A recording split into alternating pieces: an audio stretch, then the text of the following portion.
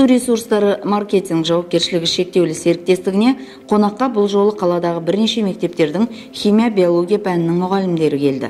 25 жылдық тарихы бар кәсіпорынның өткені мен бүгінгі дамуынан толымды мағлұматтарға қанықты.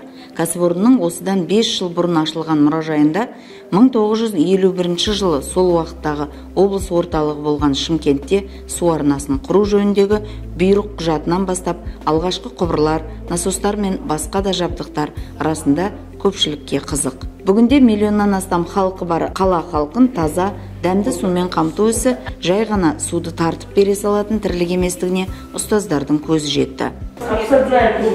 Мінеке 60-100 метрдей суды сорып алады. Мына жерінде фильтр тұрады. Сол фильтр ұстап қалады. Таслы, құмды, адамнан ұстап қалады.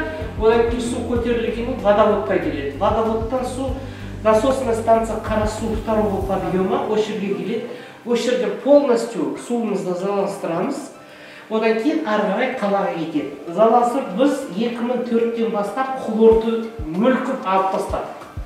Бүкіл әлем хлормен, знаете, да? Жидкий хлор, газообразный хлор, жидкий хлор и обыкновенный порошок.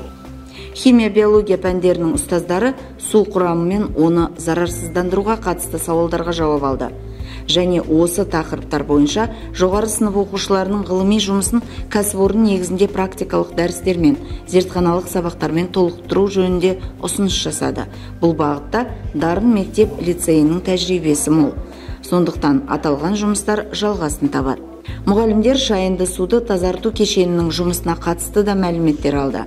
Биогаз өндіру, өзін-өзі қажетті электроэнергиясымен қамтамасыз ету сияқты маңызды жүйенің қалай іске асатынымен мұражайдағы макеттер арқылы танысты. Кездесуде тұтынылған су мен сарқынды су бойынша қызмет көрсету тарифінің жайы де сөз болды.